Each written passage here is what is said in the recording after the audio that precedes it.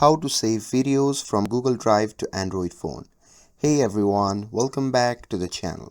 In today's video, I'm going to show you how to download videos from Google Drive directly to your Android phone.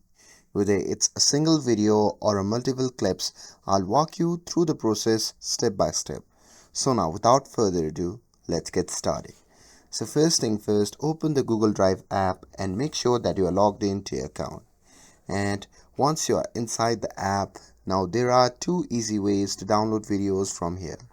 So the first one is from the video viewer. So just tap on the video that you want to download, and once the video loads, just tap on the three dot menu in the top right corner, and from the pop-up menu simply scroll down and tap on the download option. And after that, the video will start downloading to your phone. And with that, let's move to the second option, that is to download from the file list. So alternatively, from your Drive file list, you can just tap on the three dots next to the video file, and again from the pop-up menu you can simply select download, and you will get the message that says your item will be downloaded.